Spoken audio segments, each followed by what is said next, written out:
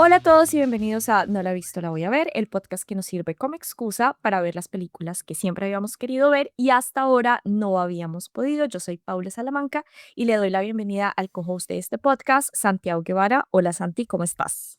Estoy recién levantado. Estas dinámicas todavía estoy aprendiendo. Igual no es decir que me cueste porque ya soy un señor de 31 años y no ya empieza a levantarse temprano sin alarma. Eh, pero, pero bien. Aparte de eso, todo bien. Todo bien. ¿Cómo ¿Estás estás en tú? Guayabal? Mira que no tanto. Estoy un poquito trasnochado porque también salí y me acosté tarde, pero bien, bien, bien, bien. No, me preocupó estar peor. ¿Cómo estás tú, Pau? Bien, yo estaba pensando que uno ya después de cierta edad tiene que elegir o toma o trasnocha. Yo no puedo hacer las dos. Yo siempre que salgo, o bueno, casi siempre que salgo, no tomo tanto, porque si me acuesto a las 5 de la mañana porque estuve bailando y tomo, no, paila, morí. Ah, Necesito ok. para unas 2 semanas de recuperación. Entonces, bueno, si trasnoché, eso quiere decir que no tomé mucho, porque las 2, o sea, borracha y además no, No, muero. sí, claro, es que ayer igual el plan era justamente encontrarme con amigos de la universidad y conversamos, entre esos de hecho estaba Mati, saludos a Mati. Conversamos y analizamos cuánto ha pasado y todo esto. Y fue curioso porque justamente a las 12 ya era como, o sea, ya muy también señores treintones, como, bueno, ya está como tarde y como que ya toca irse a dormir. Eh, Entonces, fue una gran noche de gente grande. De señores. Sí. Bueno, Pau. Santi, bueno, vamos a empezar con un director que veníamos nosotros fiel al estilo de este director, empezamos abriendo 3 líneas temporales. Vamos a empezar por el final, luego principio, vamos a mezclar dentro Y decirles. de este mes del director, vamos a meter ahí peliculitas que no van en orden cronológico, pero era también para hacerle un tributo a Nolan. Y Eh, que además no lo dijimos la vez pasada, pues porque no fue el día que grabamos, sino el día que estrenó el jueves, que espero que ya lo Ujú. hayan visto, le hayan puesto me gusta y si no se han suscrito, se suscriban. Eh, Justamente el jueves 30 de julio estaba cumpliendo años Christopher Nolan. Fue como, feliz cumpleaños. Esas casualidades que a nosotros en el podcast nos da, porque nos ha pasado varias veces que elegimos a un director y de repente era su cumpleaños, o sea, había un aniversario así por ahí cerquita Importante. importante. Ujú. Entonces, bueno, si ya ustedes lo detectaron, sí, vamos a hacer toda la filmografía de Nolan. Nolan no tiene tantas películas, entonces las vamos a ver todas y Excepto vamos a las que empezar ya con... vimos, ¿no? Exactamente, porque nosotros acá en el podcast hemos analizado Oppenheimer, que no es muy vieja, es una película Y que muy reciente. no quiero volver a ver esa película en unos 10 años al menos. Y la última, pues la Odisea, que es la razón por la que estamos haciendo un análisis completo de Christopher Nolan como director. Estoy contenta de que podamos ver todas las películas, aunque muchas de Nolan yo ya las he visto. Hay muchas otras que todavía no. Por ejemplo, su primer largometraje, Following, es una película que yo no conocía porque yo pensé que la primera película de Christopher Nolan era Memento Ujú, y resulta que no, resulta que es Following. ujú. Entonces vamos a estar analizando y como buenos seguidores de Nolan vamos a meter personajes así también en en nuestras líneas de tiempo de paralelas. El hecho de que digas seguidores de Nolan un poco como que me revolvió algo por allá. Es como, no sé si me gusta esa etiqueta. Pero bueno, ustedes ya han visto nuestros análisis, más o menos conocen nuestros gustos, si han seguido lo suficientemente bien este podcast. Me parece Demos. interesante porque hay como un puntico que si viste, leíste en mis comentarios, voy a estar como abriendo una pregunta para que la podamos hablar, analizar y discutir. Debatir, que es algo que me está pasando un poco con, por ejemplo, Almodóvar, ahorita que vi La Odisea de nuevo con Christopher Nolan. Sí, como quisiera que habláramos de esas cositas. ¿Qué va a pasar, queridos oyentes, queridos seguidores de No la he visto, la voy a ver? Que nosotros decidimos em, con Santi incluir más activamente a Matthew. Ustedes saben, Matthew es un conocido de la casa, es el co-host siempre de emergencia que llega a reemplazar especialmente a Santi cuando él está de vacaciones, pero él va a estar mucho más habitualmente. Entonces, el siguiente episodio, donde vamos a estar analizando 2 películas que si quieren saber cuáles son, al final Santi se los va a develar. Va a estar Santi y Matthew haciendo el episodio. Así que vamos a estar así jugando un poco con los hosts del podcast y ya será Santi el que dé el intro oficial y ya bien conocido de este canal. Nunca lo he hecho, tengo emoción y nervios. Bueno, Santi, ¿algo más que tengas que agregar, que quieras contarnos antes de empezar a hablar de las películas propiamente? No, me gustaría, quiero aquí poner esta linda imagen que creo que tú no la estás viendo de un jovencísimo y quizá un poco papucho Christopher Nolan, para que tú, Pau, nos cuentes quién es Christopher Nolan. ¿Qué sabemos de Christopher Nolan? Bueno, de Christopher Nolan sabemos pocas cosas. No, mentiras. Christopher Nolan nació el 30 de julio de 1970 en Londres, Inglaterra. Él creció en un hogar donde convivían dos culturas. Su padre, Brendan James Nolan, que trabajaba en publicidad y era británico, y su madre, Christina Jensen, que era una azafata de vuelo estadounidense. Además, ella impartía clases de inglés. Debido a esto, y se puede decir también gracias a este contexto, Nolan pasó buena parte de su infancia entre el Reino Unido y los Estados Unidos, especialmente en el área de Chicago. Esta experiencia más adelante influiría en la mezcla de sensibilidades europeas y hollywoodenses que tiene su cine, que es un dato no menor. Y como un buen cinéfilo, porque es algo que vamos a darnos cuenta un poco en la historia de Nolan, a los 7 años él ve una película que lo deja profundamente impresionado, y esa es Star Wars. Lo impresiona por la capacidad del cine para construir mundos y poco después descubre 2001 A Space Odyssey de Stanley Kubrick, una película que despertó en él una fascinación por las historias complejas, la ciencia y, lo más importante en la cinematografía, en la filmografía de Nolan, el paso del tiempo. Con apenas 8 años, él empezó a hacer pequeños cortometrajes utilizando la cámara Super 8 de su padre y muñecos como protagonistas, mientras otros niños jugaban a otras cosas, a las espaditas. Nolan experimentaba con técnicas de montaje, efectos prácticos y narrativas visuales.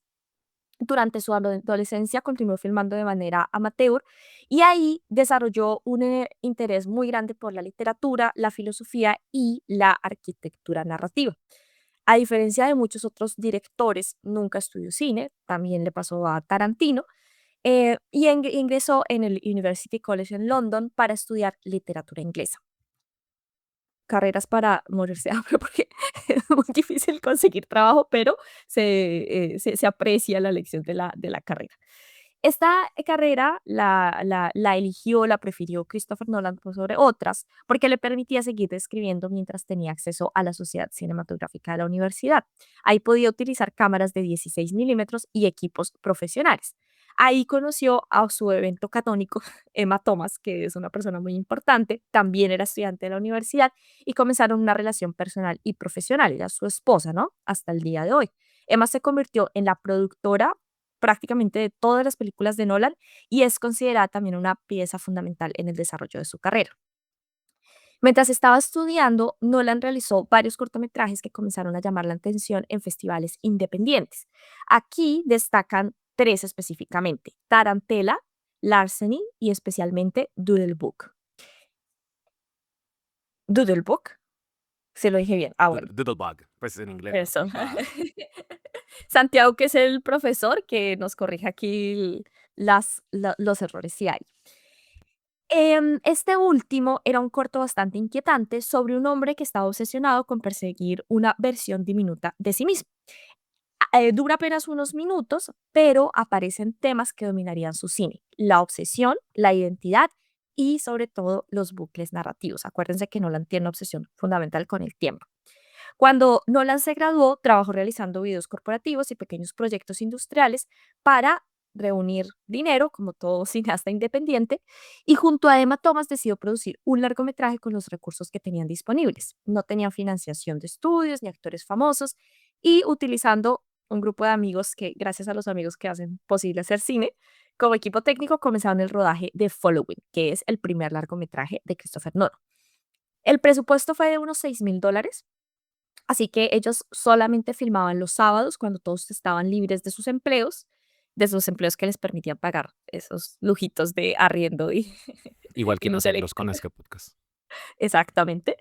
Ahí Nolan escribía las escenas según las locaciones que conseguían prestadas y adaptaba constantemente el guión a las limitaciones del rodaje. En 1998, Following fue presentada en varios festivales internacionales, aunque su estreno comercial fue muy pequeño. La película recibió excelentes críticas por la madurez de su narrativa y su compleja estructura temporal, que acuérdense de esas palabras. Hollywood comenzó a prestar atención a aquel joven director británico que había demostrado que podía construir un thriller sofisticado prácticamente sin dinero. Y con esa información, Santi, te doy el paso para que por favor nos cuentes de qué se trata Following. Bueno, Following, como ya lo mencionó Paula, es una película de 1998, es la ópera prima de Christopher Nolan y como ya Paula mencionó, es una película que se hizo con bajísimo, bajísimo presupuesto. No tienes algo más que es muy curioso, no tiene una traducción oficial al español, entonces es Following en todos los idiomas, aunque puede ser como el perseguidor o la persecución, pero pues es como, no suena a nada. La película obviamente es de Reino Unido y dura 69 minutos. Creo que no sé si es la película más corta que hemos visto aquí. 1 hora 10 minutos, que nosotros justamente venimos de estarnos quejando que por qué las películas son tan largas. Está dirigida, guionada, producida y fotografiada y coeditada por Christopher Nolan. Obviamente, muy de bajo presupuesto. Pero además también producida por Emma Thomas, quien ya Paula mencionó será su esposa. Y un comentario que podemos dejarnos es incluso tal vez durante otro episodio, eh, que la relación de todas maneras de los personajes femeninos de Nolan son rarísimos y su esposa sí. Bueno, después lo desarrollaremos. Con montaje, coedición de Gareth Hill y música de David Julian. El reparto principal son todos actores completamente desconocidos y que realmente poco los vamos a ver. Jeremy Theobald como, entre comillas, Bill, porque de hecho la película lo identifica como el The Young One, el hombre joven. Él en algún momento dice que se llama Bill, después también dice que se llama Danny. Todo esto igual se explica dentro de la trama, pero en general no llegamos a saber nunca cuál es su nombre real. Elemento curioso que además es algo que quizá vamos a ver a lo largo de la filmografía de Nolan, ¿no? Personajes no del todo confiables y que no podemos estar seguros de que son quienes dicen ser, ¿no? Coprotagonizada además por Alex Ho como Cobb, Lucy Russell como la mujer rubia, yo incluso diría la femme fatale, y John Nolan, que es el policía, y, dato curioso, es el tío de Christopher Nolan, ¿cierto? Bueno, tú me preguntarás, Paula, ¿y de qué se trata esta película?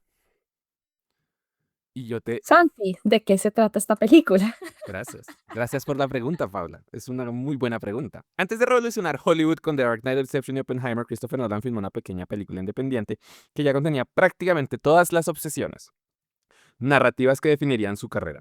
Following es el punto de partida de uno de los cineastas más influyentes del siglo XXI. La historia sigue a, entre comillas, Bill, de Young One, un joven escritor desempleado que, buscando inspiración para sus relatos, desarrolla una extraña afición: seguir desconocidos por las calles de Londres.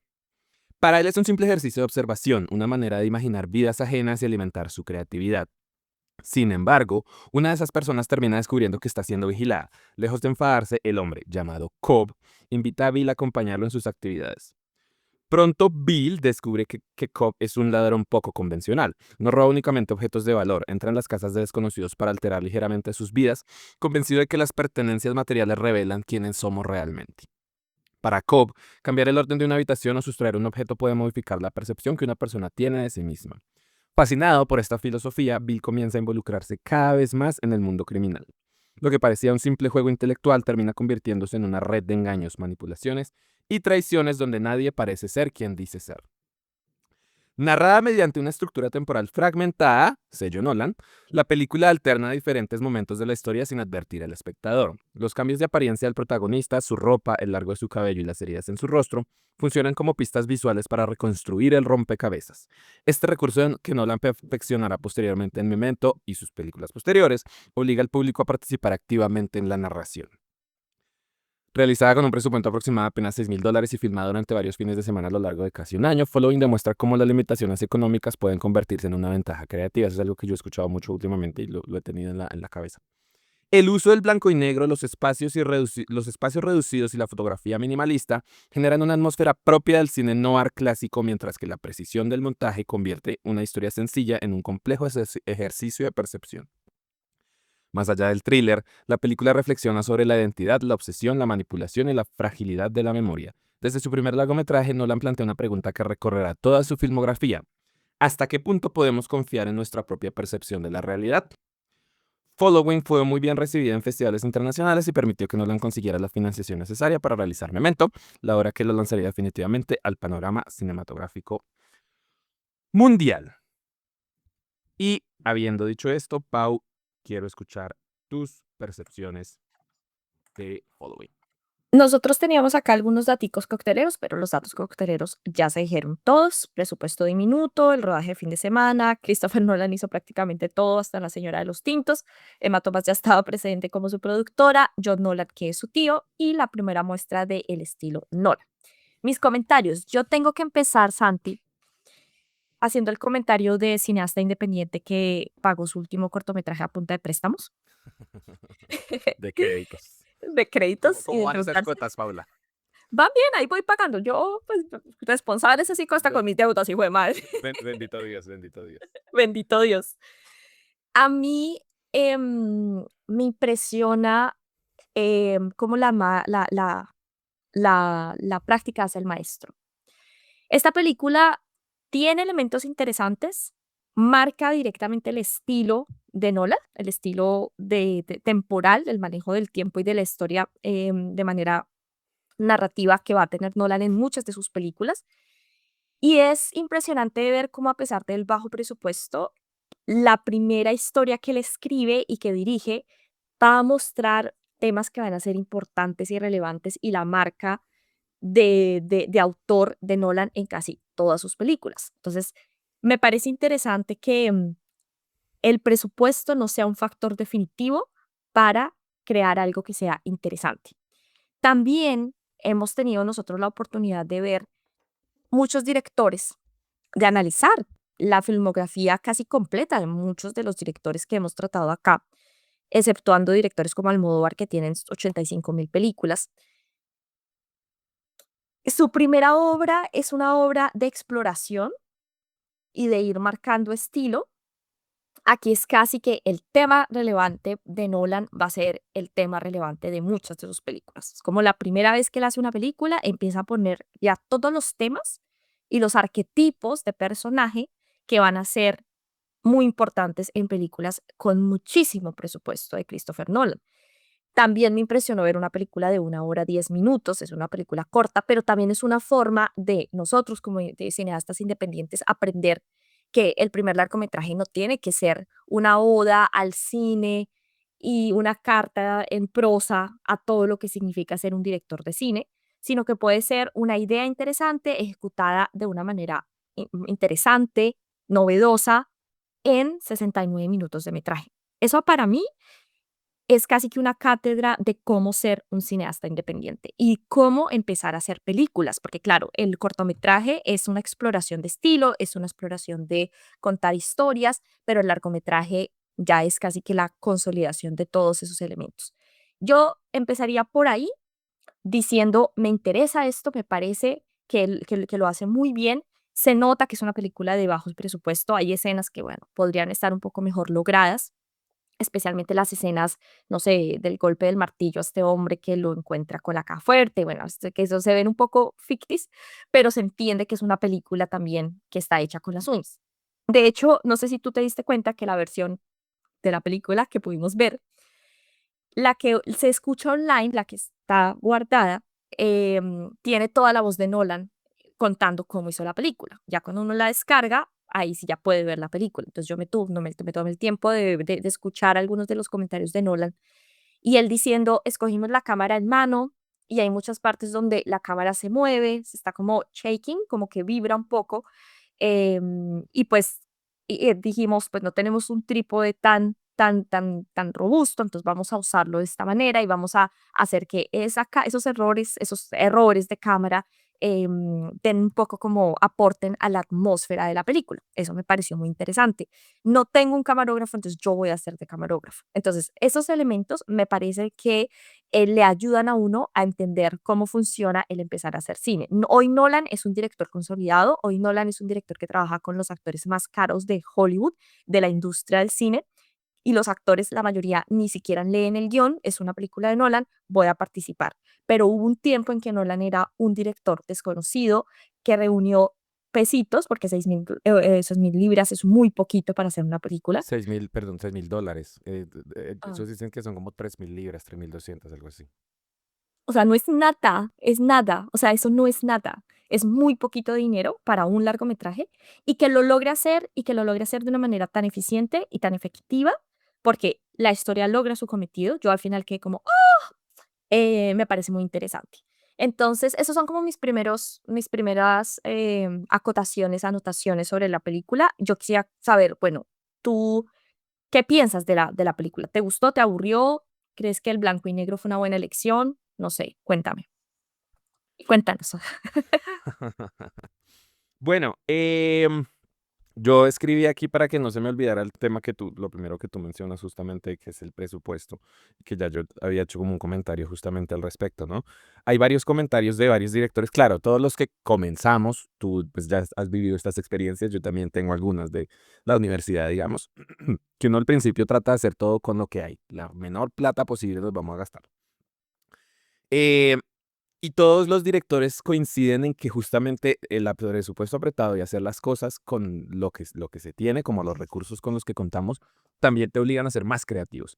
Y eso muchas veces hace que los grandes directores logren cosas muy interesantes, eh, justamente a raíz de trabajar con las uñas. Yo estudié en universidad pública, nuestra escuela literalmente se estaba cayendo a pedazos y todo el tiempo estaba esta idea de, claro, nosotros no tenemos, pero sí como que un poco no sé si se idealizaba mucho justamente este tema de trabajar con las uñas y de ser como más creativos y sin embargo, pues no sé, la Escuela de Cine de la Universidad Nacional, al menos a nivel nacional, justamente, pues tiene bastante reconocimiento, ¿no? Entonces es algo que es muy interesante. Lo conecto con lo que tú me preguntas del tema blanco y negro. No sé si es una decisión estética, es acertado de todas maneras porque justamente el hecho de haber tenido tan poco presupuesto te obligaba a, de nuevo, grabar con lo que tienes.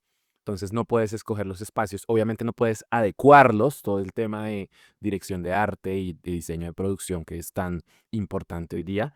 em, entonces, el blanco y negro, además de que es una propuesta estética que le da una tonalidad interesante, a mí de todas maneras me llama la atención la calidad, el grano como tan fuerte, pues, obviamente esto es película, o sea, película material fílmico tradicional, eh, le da una cohesión estética, o sea, es justamente una de estas decisiones que se toman porque no hay más, pero también el blanco y negro pues ayuda a que em, no haya pues una explosión de colores que no tienen ningún sentido, ningún, ninguna unidad estética justamente.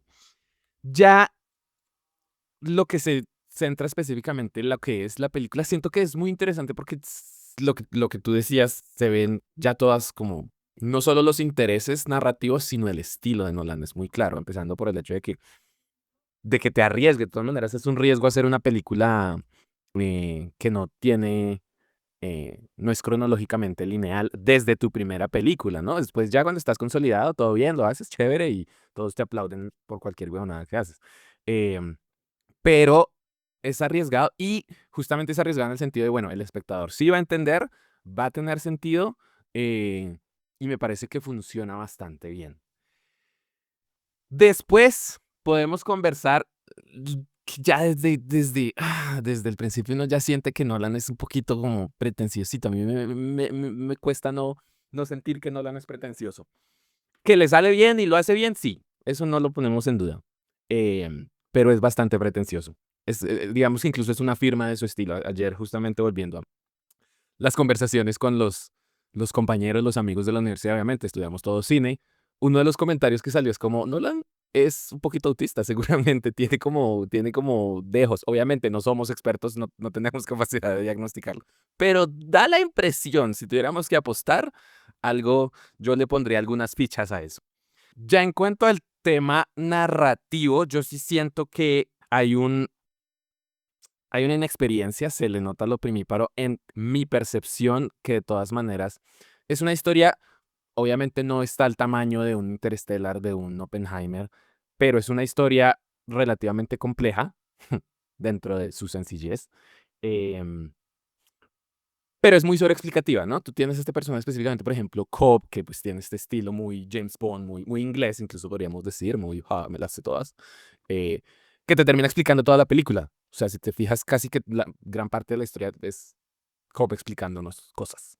eh, que al día de hoy, con el estilo y con la educación, es como, eso no es tan chévere. Siempre le enseñan a uno, si puedes mostrarlo, no lo digas, y si lo vas a decir, no lo muestres. Em, entonces, de nuevo, funciona. Tampoco es que se sienta como que hay casos de casos en que te están explicando toda la película en un solo diálogo. O sea, lo logras hacer de una manera más o menos natural, más o menos fluida, pero sí, digamos que soluciona muchos de los temas de la película a través del diálogo, ¿no? Claro, aquí podemos decir, ¿por qué no lo muestras? Y es como, bueno, porque no tenía el presupuesto para mostrarlo tampoco. Pero bueno, cuestiones de ópera prima, ¿no? Como cuestiones que uno puede ver que se pueden ir em, arreglando, como afinando, ya con tus siguientes películas. Eh, Creo que eso en general son mis apreciaciones de Following.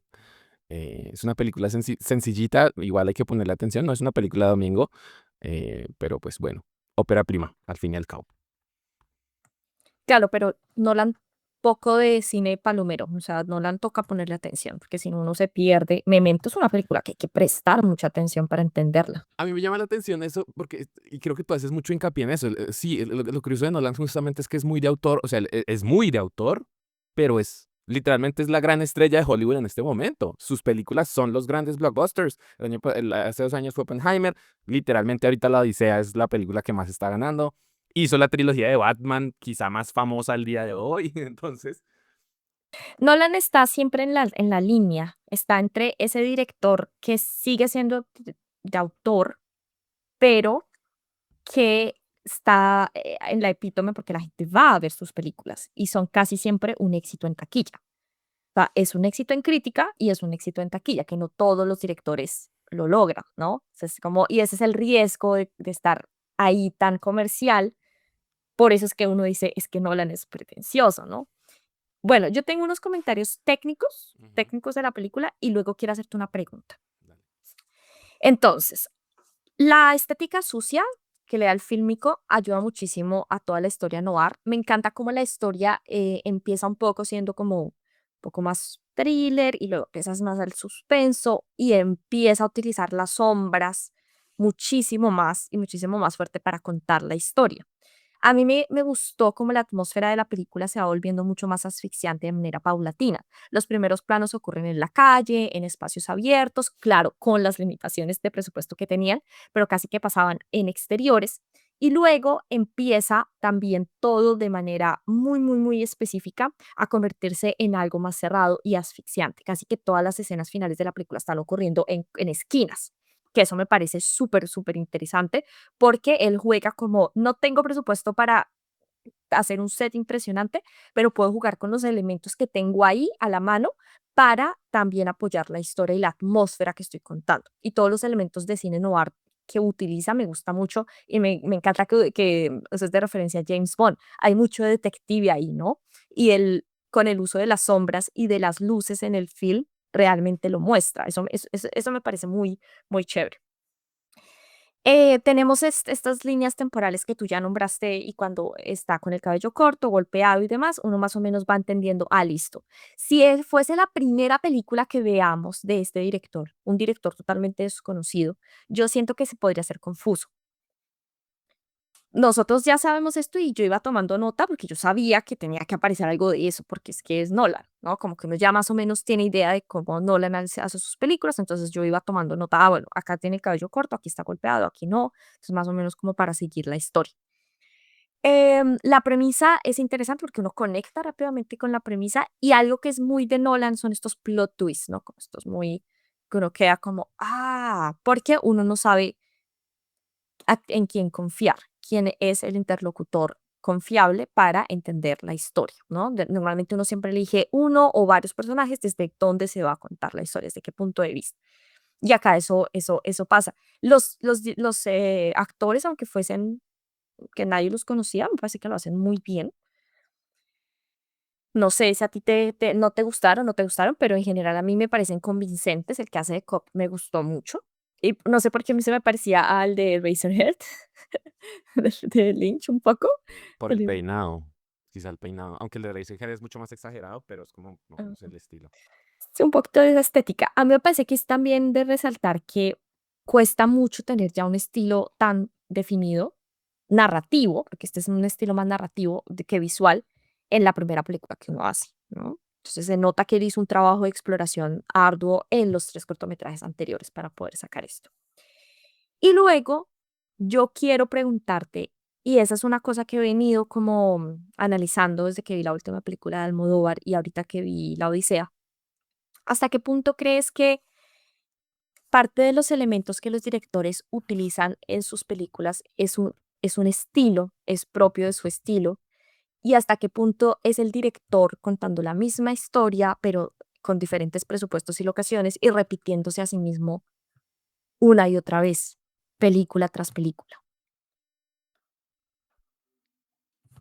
Sí, esa es mi respuesta, sí. Eh, Estaba pensando, me acordé, de hecho, en este mismo podcast cuando tuvimos, la primera vez que tuvimos a Juaco, amigo de la casa ya, em, que recordemos que él estaba haciendo todo el crowdfunding para su primera película, que venía a ser un cortometraje, y en algún momento yo le pregunto, ¿qué tan autobiográfica es esta película? Y él me dice, es muy autobiográfica. Y es una pregunta pertinente en el sentido de que todos como autores, directores, creadores, guionistas, tendemos a ser muy autobiográficos, ¿no? Y eso se representa en intereses y en narrativas. Es muy evidente en Almodóvar. Almodóvar es muy metatextual. em, y tú puedes encontrar muchas conexiones entre películas y películas. Pero sin ir demasiado lejos, lo hablábamos la semana anterior. La Odisea, que es la Odisea, ¿no? De Nolan, uno fácilmente le encuentra la similitud temática y pues eso también lleva un poco a la narrativa a lo que le interesa a Oppenheimer, digo, ¿cierto? Em, no sé, un Tarantino, tú sí sabes que hay sangre, hay violencia, hay, no sé, westerns, vaqueritos. eh, entonces, un poco siempre yo me acuerdo, yo de Kurosawa creo que solo me he visto Rashomon, que lo vimos aquí, pero que siempre decía, un director siempre tiende a hacer la misma película. Martin Scorsese, películas de gangsters, o películas de religión, o películas de gangsters y religión. Eh, Siempre hay como una tendencia, y pues ahí es donde se dibuja el tema estilo. Pero sí, o sea, es muy normal y es muy común que el director siempre busque hacer un poco la misma historia, obviamente con variaciones, no sé, con diferencias. Incluso, pues es también algo interesante de los directores que a veces ellos busquen salirse de lo que ya están acostumbrados, pero también puede llegar a pasar que el público que ya tiene una cierta expectativa del director no le guste, ¿no? Un caso muy especial, muy específico del mismo Tarantino, justamente, que venía a hacer Perros de la Calle, Pulp Fiction, y después te hace Jackie Brown, que es muy diferente, y la gente dice como, ¿qué es esto? ¿Qué les pasa? Y entonces él dice, ok, voy a meterme lleno en mi estilo y hace Kill Bill, ¿cierto? Entonces sí, es muy común eso de un estilo similar, muchas veces también te lleva a historias similares, como que uno más o menos ya sabe qué te van a contar. Eso me parece súper interesante, Santi, porque además es casi que el público obliga al director a encasillarse en un estilo narrativo y en un estilo visual, porque quieren más de lo mismo. Que por eso, aunque en muchas de las películas de Paul Thomas Anderson yo no conecté, con otras sí, me parece súper interesante él como director, porque cada película de este hombre es diferente, es una cosa impresionante. Nolan es un caso diferente. Él empieza con una idea muy, muy concreta de lo que quiere explorar y estos elementos narrativos los va utilizando en su filmografía. Yo hago esta pregunta porque hasta qué punto esa exploración artística debería ser un poco más libre de permitir que el director también explore otras formas y otras cosas para contar, que no sea tan como tan rígido, porque en cierta medida es como, ay, sí, esto siempre lo hace Nolan. Sí, sí, sí, ya no es sorprendente. Es decir, no sé si a veces la aproximación a la historia la hace innecesariamente mucho más compleja de lo que debería ser, solo porque la quiere hacer un poco más pretenciosa. Y ese es el problema que a veces yo tengo con Christopher Nolan, siendo un director que a mí me gusta. O sea, porque no, por favor, no me vayan a fundar porque uno dice algo malo de Christopher Nolan y mejor dicho, no es que a mí no me guste, yo disfruto ver sus películas, pero a veces me cansa el mismo pinche recurso. Mm, Y yo así, perdón. no, yo con eso sí no tengo problema. La gente sabe que yo, sí, Nolan no es santo de mi devoción. Lo respeto, así como respeto a Guillermo del Toro, pero no. Y siento que un poco, por lo menos en lo que llevamos estas semanitas de entrar en su cine de nuevo, lo estoy respetando también, pero sé que no es alguien que yo diga, uff, me encanta, lo admiro. Como sé que hay mucha gente que sí, y es como, whatever. Em, es que sí, no sé, es justamente una relación, o sea, es el interés artístico. El interés artístico siempre tiene que ver con eso. Tú no esperas que, no sé, justamente un Almodóvar te vaya a hacer una película de acción con Sylvester Stallone, porque no es Almodóvar. El estilo de Almodóvar es hacer películas muy, muy girlies, podríamos decir, pero también como muy progres en su sentido, ¿no? Eh, y Nolan es esto, Nolan es pretensión porque es su forma de ser. Yo no creo que una persona que sea pretenciosa piense, sí, quiero ser muy pretencioso, pero un poco también, claro, uno siempre está como dar un poquito más. Esa es como la idea creativa, artística, incluso del trabajo en general, como si lo siguiente tiene que ser un poquito mejor.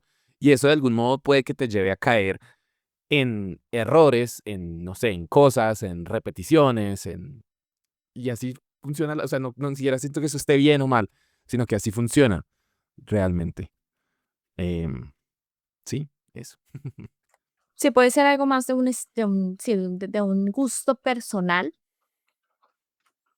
pero entiendo lo que dices. Ujú. Bueno, Bueno, entonces, entonces. Santi, ¿qué pasa entre Following y Memento? ¿Qué sucede ahí entre esas dos películas? No sé, Paula, tú dime qué pasa entre Following y Memento. Bueno, pues ahí le voy contando. Ah, Bueno, vamos a acompañar esta, perdón, me quiero dejar de mencionar que eso nos lo va a contar la querida Paula acompañado de una imagen dibujando una pija, eh, que es un video muy famoso de Christopher Nolan explica Memento, porque una de las cosas más particulares de Memento es su estructura. Y cuando Christopher Nolan explica las dos líneas temporales y cómo se entrecruzan, literalmente tienes una pija. Eh, no se lo pierdan. Si están en Spotify, vengan y lo vean. Si no, igual pueden buscar Christopher Nolan explica Memento y van a entender de lo que estamos hablando. Ahora sí, por favor, Paula, te escuchamos. pasan 2 años, ¿no? Entre 1998, el año en el que nace mi hermanito Camilo, que ayer estuve de cumpleaños, te amo Camilo, y el año 2000. El éxito crítico de Following no convirtió inmediatamente a Nolan en un director famoso. Gente, eso es muy difícil, le pasa a muy poquitas personas que sacan su primer largometraje y ganan algo. Pero sí cambió algo que era mucho más trascendental. Y es que lo hace conocido, lo hace visible y le empieza a abrir puertas dentro de la industria cinematográfica, hacer networking y mostrar, este es mi trabajo. Productores ejecutivos vieron que con un presupuesto muy pequeño había logrado una película visualmente elegante y que narrativamente era muy ambiciosa. Por esa misma época, el hermano menor de Christopher Nolan, Jonathan Nolan, estaba desarrollando un relato corto llamado Memento Mori, que viene del latín, ¿no? Los Recuerda que hermanos, morirás. ajá, exactamente. Los hermanos comenzaron a discutir la idea durante llamadas telefónicas y reuniones familiares. No todo el mundo en sus reuniones familiares empieza a pelear y a sacarse los trapitos al sol. Hay otros que escriben películas. Y a quedarse, querer quedarse con los terrenos. Lo que Exactamente. pasa es que No, estas mi nuevas familia no hay generaciones ya no tienen ya no hay terrenos, terrenos. solo deudas.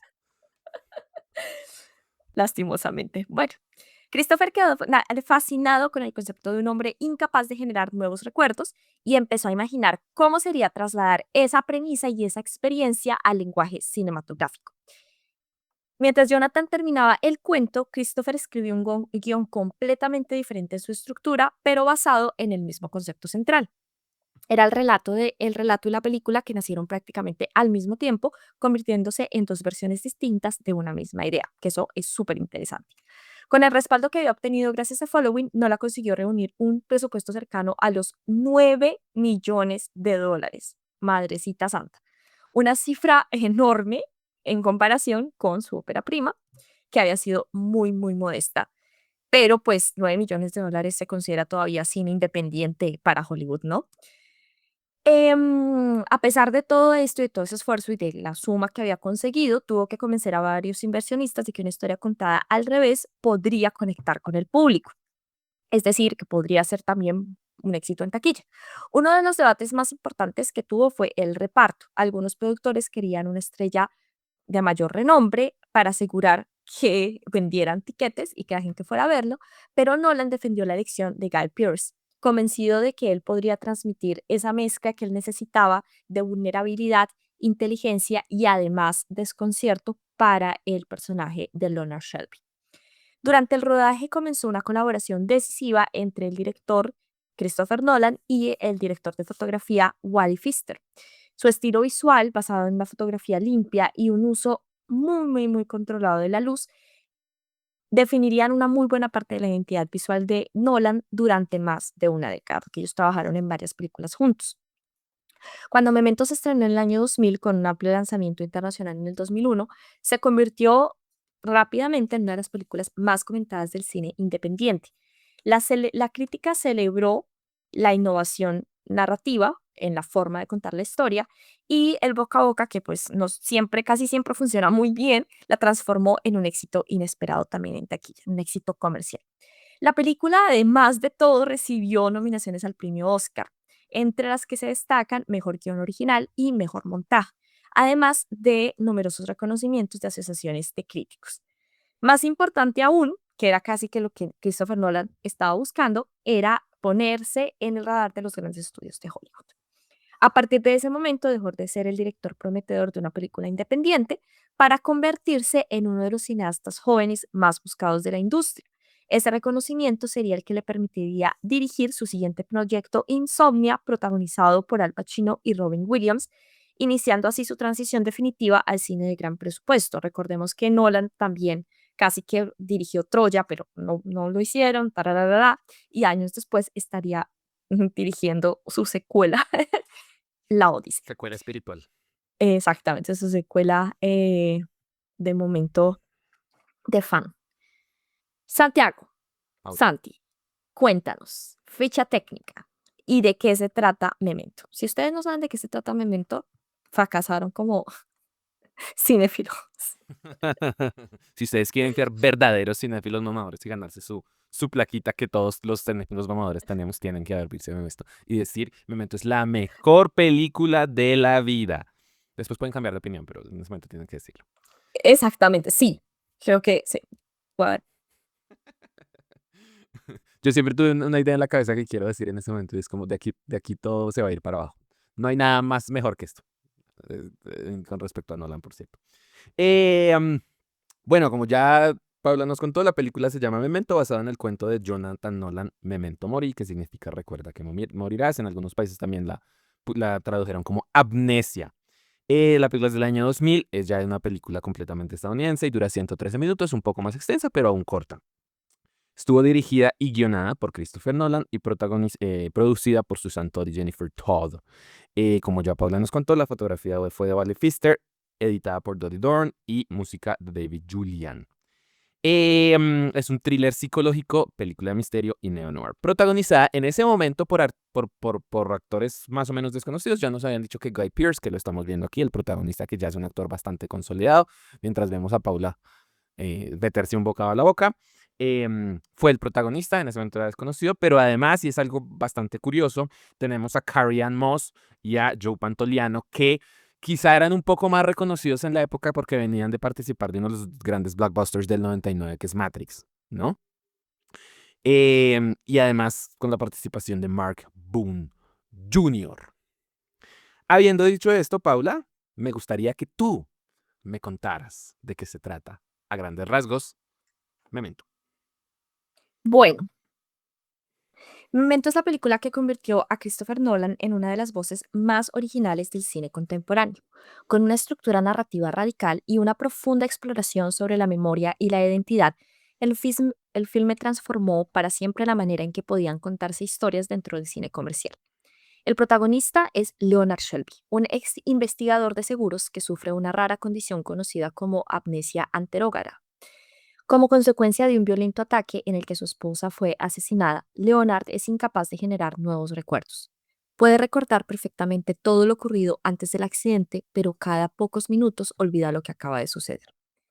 Para continuar con su vida y perseguir al supuesto asesino de su esposa, Leonard ha desarrollado un peculiar sistema de supervivencia.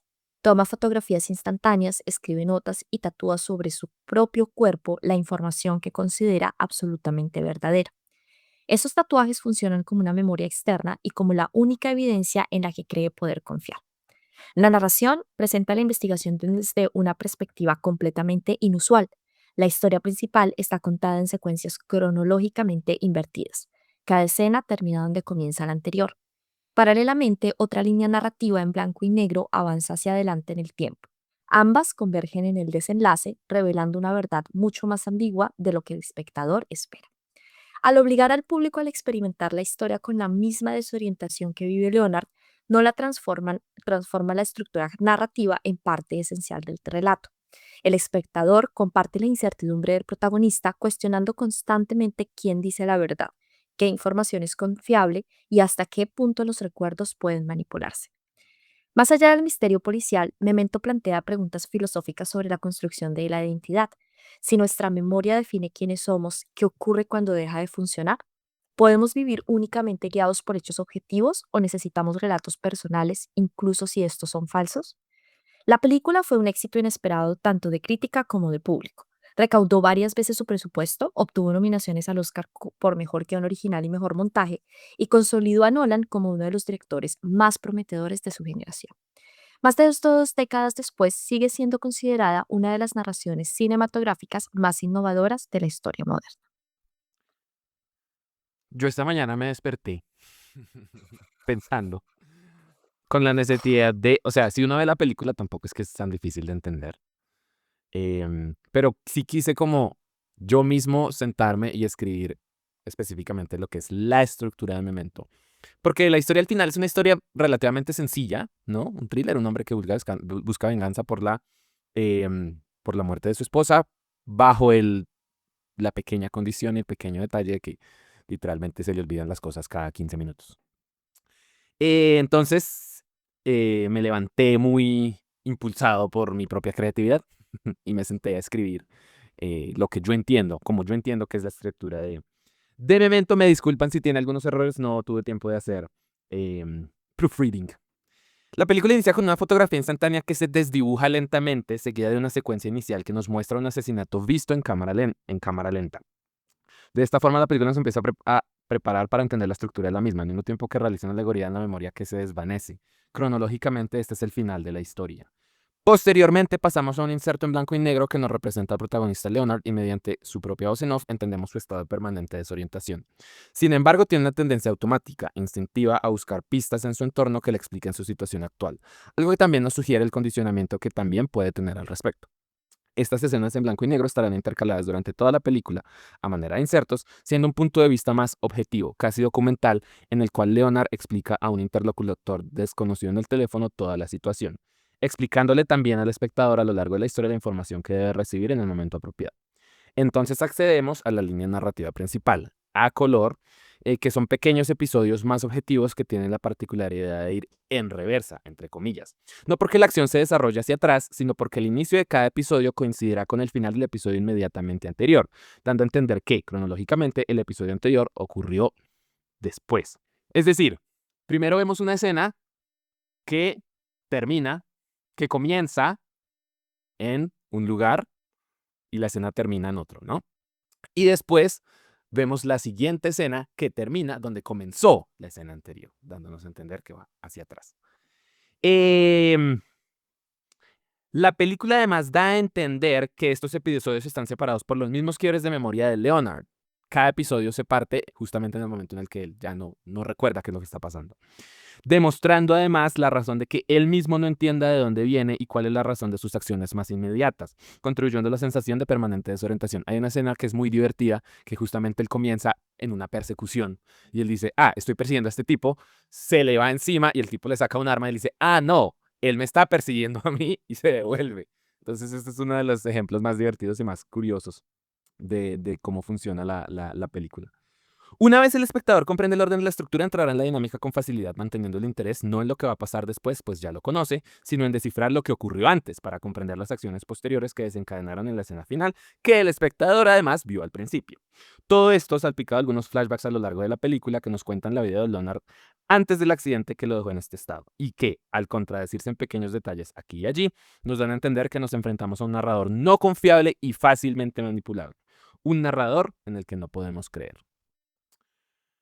Pau.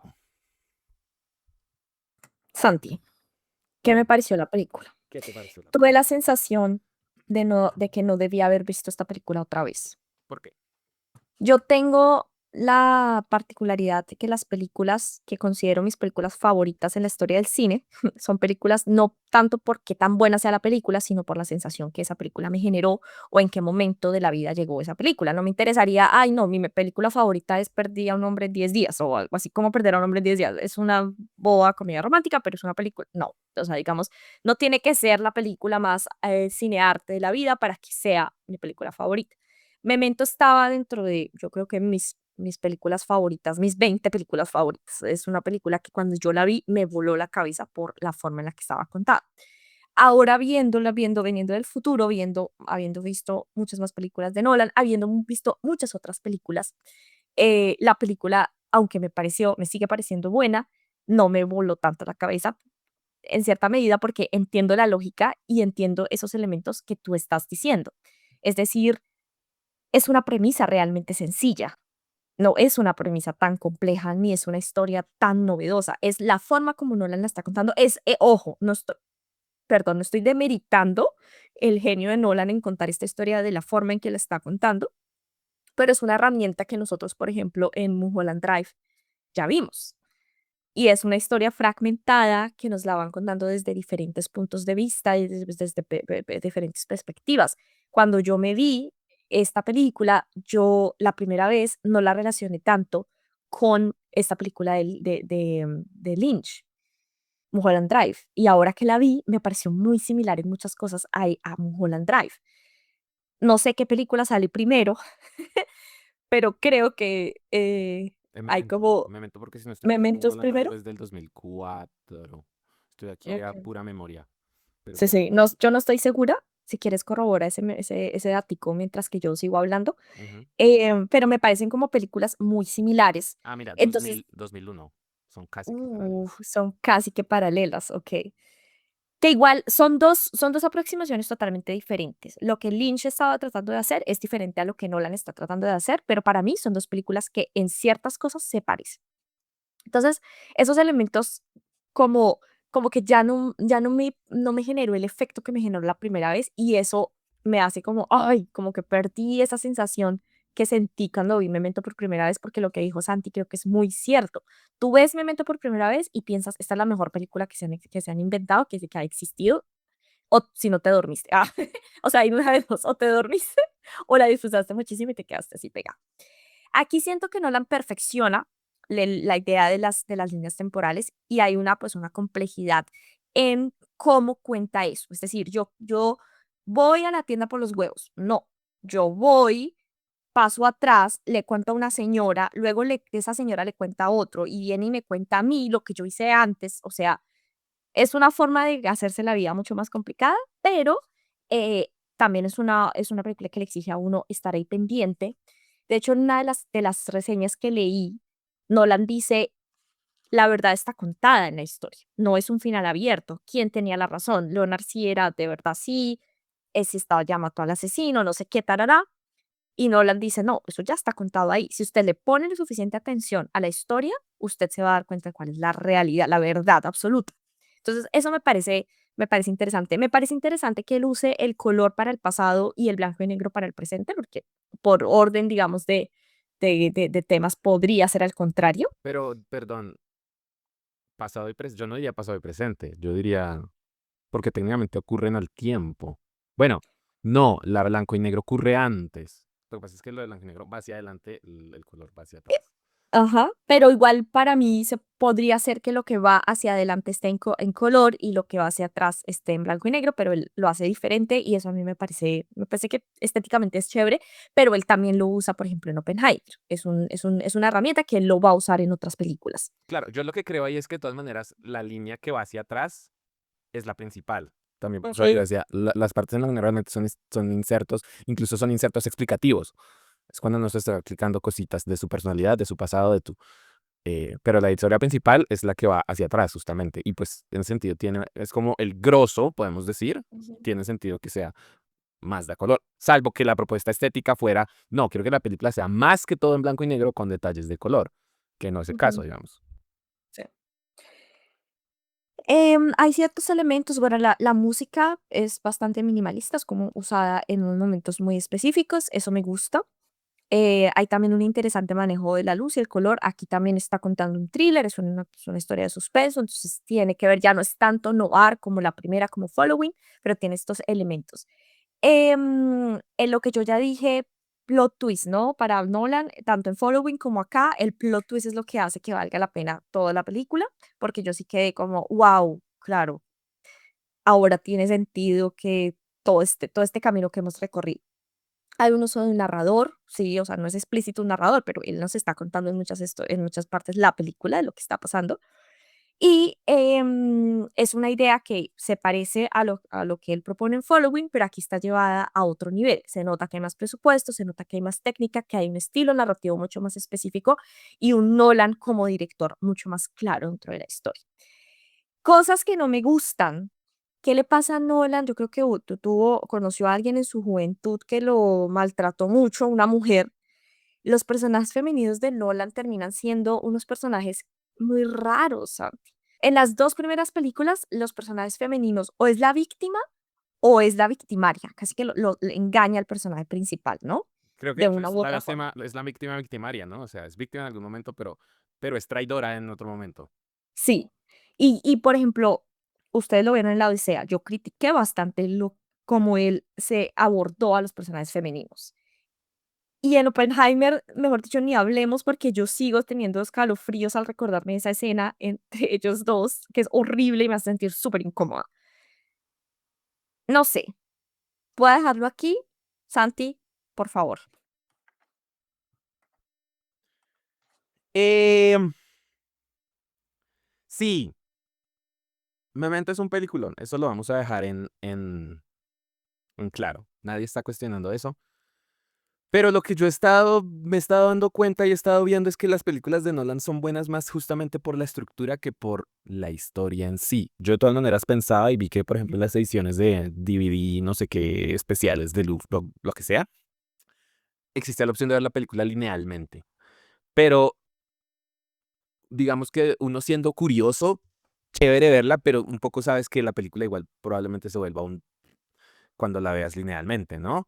Eh, el gran encanto de la película y el gran valor de la película está en que justamente se cuenta hacia atrás y es como, wow, qué maravilloso es. Tú dices, bueno, es una, es una premisa muy sencilla. A mí eso no me parece que sea malo, de hecho es muy bueno a veces cuando las películas tienen premisas muy sencillas y no se sobrecomplican. Nolan llevar a eso al extremo justamente en la idea de complicar y complicar y que las películas sean cada vez más complejas justamente. Y quizá podemos incluso decirlo, conversaremos, no sé, cuando veamos el origen Inception, que justamente tiene como esta habilidad de que la película tiene 800.000 niveles mentales, podemos decir, pero recuerda que lo que ellos intentan implantar es una idea muy sencilla, de nuevo, ¿no? Em, Habiendo dicho esto, hay algo que a mí o sea, digamos que lo descubrí muy pronto en la película y después me fue imposible olvidarlo. La disfruté, de nuevo. La película es divertida, tiene sus momentos y se hace interesante en la medida que uno intenta como armar el rompecabezas, porque la película tiene mucho esta estructura rompecabezas y que es muy, es muy, es muy autista y es muy Nolan. El tema rompecabezas que lo vimos en Following y seguramente lo vamos a seguir viendo. Pero algo que yo no pude evitar notar es que narrativamente hablando y en el tema de la premisa hay un montón de contradicciones. Hay un montón de huecos narrativos y hay cosas que básicamente no tienen sentido. ¿A qué me refiero? Nos planteas desde un principio que, eh, Santiago desmontando el mito. sí, ese es mi trabajo. Nos planteas desde un principio que Leonard tiene amnesia anterograda, em, que está marcada por el momento en que él dice, violaron y mataron a mi mujer. Nos muestra en algún momento que él se golpeó en la cabeza y que esa sería la razón de que con esta pues golpeó y sangró y quedó inconsciente. Y eso es lo que desencadena esta situación. Él técnicamente recuerda todo antes em, de la, del accidente, pero después se supone que ya no puede recordar nada. Bajo esa lógica, ¿por qué sabe que tiene amnesia anterograda? Empecemos por ahí, ¿cierto? Em, Yo de todas maneras, o sea, yo trato, he bajado las armas con Nolan últimamente y estoy tratando de entenderlo, de justificarlo. Y yo decía, bueno, yo no sé nada de amnesia y de condiciones neurológicas, eh, pero si me está, o sea, dentro de la lógica de la película me estás planteando que él no recuerda nada después del accidente, entonces, ¿cómo sabe que tiene amnesia? Primero. Segundo, él tiene muy clara cuál es su finalidad. Él tiene muy claro cómo em, pues que mataran a su esposa, que violaran a su esposa y que quiere capturar al que está cazando, que la función de su vida es cazar al culpable. De nuevo, ¿él cómo recuerda esto? Si se supone que en el momento en que tienes el accidente pierdes esa capacidad. Incluso nos muestran un poco dentro de la misma lógica de la película, Sammy Jenkins. Yo también incluso me acordaba de, como si fuera la primera vez, que un poco juega con esto, ¿no? No puedo recordar nada más allá. Y que están todos estos personajes en que literalmente, un poco cuando no tienes la capacidad de percibir memorias, pues estás atrapado en un bucle, no puedes salir de ahí. Eh, que sí, el personaje tiene esto, pero entonces el gran, digamos que la gran prisión mental de esta condición, según a mi entender y según lo que la misma película nos está planteando, es que tú no sales de ahí porque todo el tiempo estás descubriendo, o sea, todo el tiempo estás descubriendo literalmente que estás atrapado en esta zona, ¿no? Está pasando el tiempo, pero no puedes ir más allá porque no estás construyendo esos recuerdos. Entonces, el hecho de que él, para mí es muy raro, que de todas maneras un poco la película lo explica, de que él se condiciona a sí mismo y tiene los tatuajes y sabe, y entonces, pero yo todo el tiempo pensaba, si una persona normal que todo el tiempo se está enterando de que le mataron a su mujer y que además tiene amnesia, viviría como en un estado de angustia permanente porque todo el tiempo estás descubriendo algo horrible que te pasó. Y sin embargo, él como que ya lo tiene totalmente procesado. Él ya sabe que eso pasó y simplemente va hacia adelante a pesar de que no lo tiene recuerdos. Pero no, ¿cómo sabe eso si no tiene recuerdos? ¿No? Luego la película nos plantea que estos episodios están divididos porque él cada cierto tiempo se le olvidan las cosas, ¿no? La escena del bar, que es un poco desagradable también, en el que le entregan esta cerveza contaminada, nos dice que él se le olvidaron las cosas en una conversación que duró 2 minutos, se cambió de mesa y ya no se acuerda de nada. Y sin embargo hay otros episodios en los que la acción se nota que dura 2, 3 horas, 4 horas y pareciera que él no se le ha olvidado, que él en ese momento está logrando mantener como la cohesión. Lo que tiene el tema de la memoria es que eh, es que no puedes realizar una acción compleja porque todo el tiempo se te está olvidando qué estás haciendo, ¿no? Pero hay estas escenas que, para bien de la trama, porque pues son útiles a la trama, de lo que él tiene que hacer en esta escena, él no se le olvida, pero cuando es conveniente para la trama, sí se le olvida. Entonces hay ahí esas pequeñas de contradicciones que a mí un poco pues igual me incomodaron, un poco igual me molestaron. La película de todas maneras nos está planteando todo el tiempo de que sí, él un poco se engaña a sí mismo. Un poco mucho, al principio un poco, después mucho.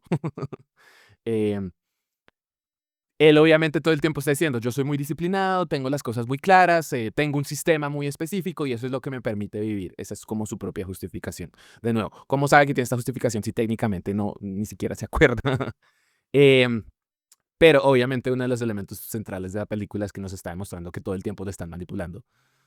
Todos los personajes lo están manipulando. Incluso, spoiler, él mismo se manipula, porque cuando él se hace consciente de que, de que se le va a olvidar las cosas que ya hizo, em, y que de algún modo él tiene una zanahoria, ¿no? Él tiene un propósito y que si se queda sin ese propósito, un poco su vida no tiene sentido, entonces se engaña a sí mismo también para que ese propósito siga siendo. La película, digamos, plantea también esa ambigüedad. Él quiere asesinar a al, al violador de su esposa, pero no sabe cuánto tiempo ha pasado. La película, de hecho, nunca nos aclara exactamente hace cuánto tiempo ocurrió eso, justamente porque el tiempo para él básicamente no avanza. Em, entonces, juega con esa ambigüedad de ¿ya lo hizo o no lo ha hecho?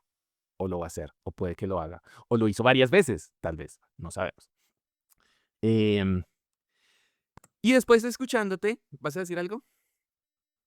Sí, pues ese es el peligro de tener una persona que tiene una enfermedad mental tan que seria, tratando de asesinar a alguien libre por las calles, alguien que lo metan en un asilo o lo metan en una clínica o le pongan una persona de compañía seria que lo ayude, por favor. Sí, sí, no, y yo creo que la película esos detalles, como que esas cuestiones un poco las plantea, porque de nuevo, así como el no tener memoria hace que la realidad de él todo el tiempo se esté alterando, también nosotros que lo estamos viendo desde su punto de vista, pues nuestra percepción de, esta es la historia, se nos está alterando, ¿no? De nuevo, narrador no confiable. Justamente lo curioso es qué nos dice él, qué nos están mostrando y en algún momento qué de lo que él nos está diciendo está cambiando a lo largo de la película. Eh, am, Me llama, lo que tú estabas hablando también me hace generar y que es algo que es una percepción que yo he venido teniendo, y es que de nuevo las películas de Nolan igual son atrapantes, las películas de Nolan te mantienen interesado, las películas de Nolan no se llegan a ser aburridas, pero no sé hasta qué punto da la impresión de que estos juegos de tiempo que te obligan a ser un espectador activo porque estás armando el rompecabezas a lo largo que ves la película, que te obligan a poner atención. Tú decías justamente, em, si te duermes, no entiendes nada, ¿sí? Y una experiencia que yo tuve, yo vi El Origen, Inception, con mi papá en cine. Él se durmió los primeros 10 15 minutos y después ya no le gustó la película, como que ya perdió el hilo. Entonces, literalmente es así. O sea, Nolan es un director que te obliga a trabajar como espectador. No, no puedes ser un espectador fácil, tienes que ser activamente. Pero entonces no sé hasta qué punto me da la impresión de que justamente la filmografía de Nolan se sostiene en voy a darte un rompecabezas para que lo armes y quizá el contenido, la materia prima no es tan buena, tiene sus huequitos, pero es un peliculón porque igual te estoy manteniendo 2 3 horas ocupado armando este rompecabezas. Y ese es exactamente el punto, ese es el estilo de Nolan, o se repite a sí mismo todo el tiempo haciendo la misma Mm, vaina. Y lo que ha hecho, que yo lo dije en el episodio pasado, es ahora le mete a lo técnico, pero a tope, que tú, ujú, claro, tú quedas embobado con las cosas técnicas, con el sonido, con la fotografía, pero al final a uno en la historia le queda faltando. A ujú. mí la forma en la que se aproximó Narrativamente. Oppenheimer, no, hubo cosas que no me gustaron. Y bueno, y eso conecta un poco también con algo que tú mencionas y que es cierto, aparece en muchas películas de Nolan y es el tema del plot twist, ¿no? Yo igual al plot twist siempre lo cojo con pinzas porque yo también he aprendido que el plot twist puede, haciendo una conexión con lo que hablábamos de la semana pasada, puede ser una especie de Deus ex machina, ¿no? Em, y que si no está bien manejado, hace que una película sea muy buena. O sea, si está bien hecho, la película puede ser muy buena. Si no está bien hecho, puede hacer que la película se desbarate. Para mí es importante y entiendo que igual eso es también un recurso muy importante cuando decides utilizar un plot twist que no sea simplemente que yo recuerdo mucho Now You See Me, la película de los ilusionistas, que el personaje de Mark Ruffalo todo el tiempo está persiguiéndolos, él es el policía que los persigue, y al final de la película hay un plot twist en que nos enteramos que él era el líder de la banda. Y uno mira y dice, ¿qué? Eso no tiene ningún sentido. El tipo estuvo literalmente todo el tiempo persiguiéndolos. Y eso es lo que nos vendió la película. Cuando tú vas a construir un plot twist de esos, tienes que tirar punticas, tienes que tirar pistas, tienes que tirar cositas que el, que el espectador las vea y que cuando ya las vean en retrospectiva, diga, claro, tiene sentido. O sea, sí tiene sentido este plot twist. No lo vi venir y me encanta porque no lo vi venir, pero si lo analizo y me tomo el tiempo de reflexionarlo, funciona. Que No se lo quizá, sacaron de la manga. que Y quizá que Nolan lo sabe hacer. Veremos en si película a película tiene o no tiene sentido. em, pero entonces también quizás se vuelve un recurso como ya sobreutilizado. O sea, si yo ya sé que en una película de Nolan me vas a meter un plot twist, entonces ya pierde el elemento sorpresa también, porque entonces yo estoy ujú, esperando también en qué momento todo se va a ir a la mierda. Y un poco también, pues el ejercicio del narrador no confiable. O sea, el chiste del narrador no confiable es que yo le creo al principio y luego me doy cuenta que me mintió, porque él no se acuerda, porque él tiene sus conflictos, porque él tiene sus contradicciones.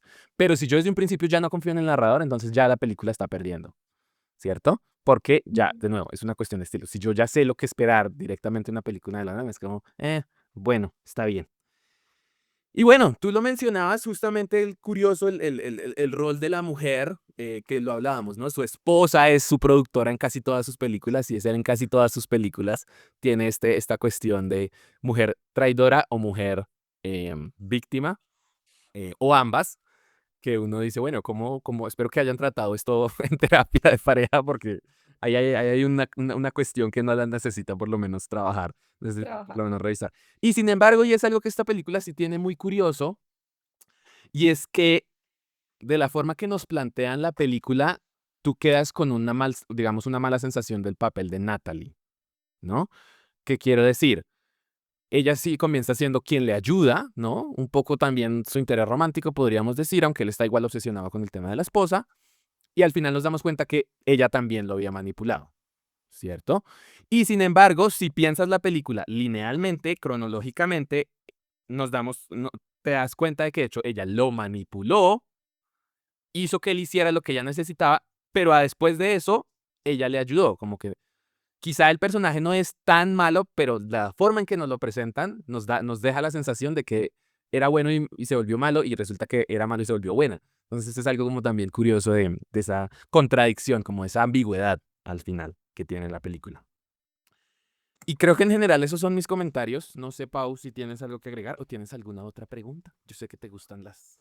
Estas preguntas. Me gusta es encender aquí el podcast, porque igual, o sea, son comentarios. No estoy diciendo que si Nolan quiere algún día trabajar conmigo, no voy a decir que Debe no. pedir que me Yo, mande el guión y me explique todo. yo tampoco leería tu guión, Nolan. Santi, se nos está acabando el tiempo. Estamos tratando de ser muy juiciosos con el tiempo. Voy a dar un minuto de mi reflexión final de las dos películas y quiero que nos des un minuto así rápido de tus reflexiones finales de las dos películas y con eso cerraríamos entonces el episodio del día de hoy. Me parece interesante haber visto Following, me parece interesante la inspiración que me da como cineasta, me parece muy bonito ver que no todos los cineastas son Paul Thomas Anderson, quien hacen aprendidos y hacen óperas primas perfectas al principio, sino que hay directores como Nolan que ahora son uno de los directores más reconocidos, importantes y respetados de la industria, exitoso, pero que además empezó haciendo cine con 6.000 euros, con $6.000. Me quedo con eso, me quedo con esa inspiración. En la parte técnica, quiero analizar las otras películas teniendo estas dos iniciales en mi mente, pensando en la estructura temporal, el manejo de la narrativa en las historias.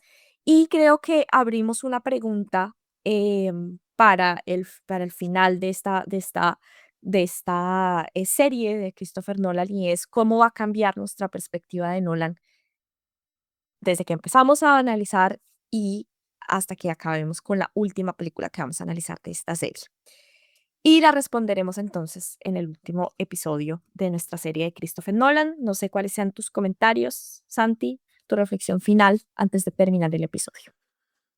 Yo creo que es, es muy raro porque estamos entrando también en el juego de Nolan, ¿no? Es apenas técnicamente es el primer episodio de la saga. Un poco se siente como el segundo, tercero, porque ya hemos analizado cosas antes. Estamos llegando a conclusiones y todavía nos falta más de la mitad de las películas, pero ya estamos llegando al final, a nuestras conclusiones. Em, Creo que no hay que endiosar a nadie, esa es una opinión muy general, pero en este caso muy enfocado Nolan justamente tiene que ver con eso, ¿no? Em, sí, hace películas muy divertidas y que te dejan sintiendo que acabas de ver una verdad revelada, pero que en una mirada más, una reflexión más profunda y detallada, quizá a veces empiezas a verles bastantes huecos. Eso no quiere decir, y no queremos llegar a la conclusión de que sean malas películas. Creo que de hecho Nolan, y nos lo deja muy claro desde el principio, es un director de estructura y el gran encanto de sus películas también recae en la estructura. Eso es bueno, eso es malo, no sé, creo que es una decisión que cada uno debe tomar. ¿Te gusta o no te gusta? Sí, no, no sé. Eh, pero bueno, de nuevo, Memento es una película que vale la pena ser vista por cultura general. Que de nuevo es divertida, es interesante, pero pues ya después puedes debatir así como nosotros. Debatan faltándose al respeto, dicen por ahí, sobre, sobre Memento. Y bueno, veremos qué nos espera. Creo que la próxima semana tenemos una de las películas que yo no he visto de Nolan. Nolan, pues siendo tan ¿Insomnio? popular, es de estos directores que todo el mundo ya vio y que todo el mundo conoce y que más o menos conoces todas sus películas. ¿Qué Insomnia es películas de vamos a las estar menos famosas. analizando Em, Espérate, porque la yo otra había mandado semana? un montón de estructuras. No se les olvide que el episodio de la próxima semana lo va a hacer Matthew y Santiago. El co-host del podcast va a ser Matthew y el host va a ser Santi. Efectivamente, la próxima semana es Insomnia y The Prestige. Vamos más o menos haciendo las lineales, porque esa es una neura que yo tengo y que nos gusta tener, pero pues siendo Nolan. Y por ejemplo, tenemos la trilogía de Batman que se intercala unas con otras, pero pues queríamos hacer como un capítulo temático de Batman. Entonces va a Ujú. aparecer en el momento menos esperado. Entonces, para la próxima, véanse Insomnia, que es la película menos conocida de Nolan, y de Prestige, El Prestigio, que creo que en español tiene otro nombre, pero no lo recuerdo, que curiosamente no es la más conocida de Nolan, pero he visto que es de las que más le suele gustar a la gente, que es algo que me Ujú, es llama una mucho muy la buena atención. película. Sí, sí, sí. Entonces, búsquenselas, si no las encuentran, nos pueden mandar un mensajito y nosotros les ayudamos a buscarlas. Y nada, nos vemos entonces la próxima semana. No olviden seguirnos en Instagram en No la he visto raya al piso y en YouTube no la he visto, la voy a ver. Nos vemos entonces dentro de 2 semanas y les mando un abrazo y un pico. Gracias, chao.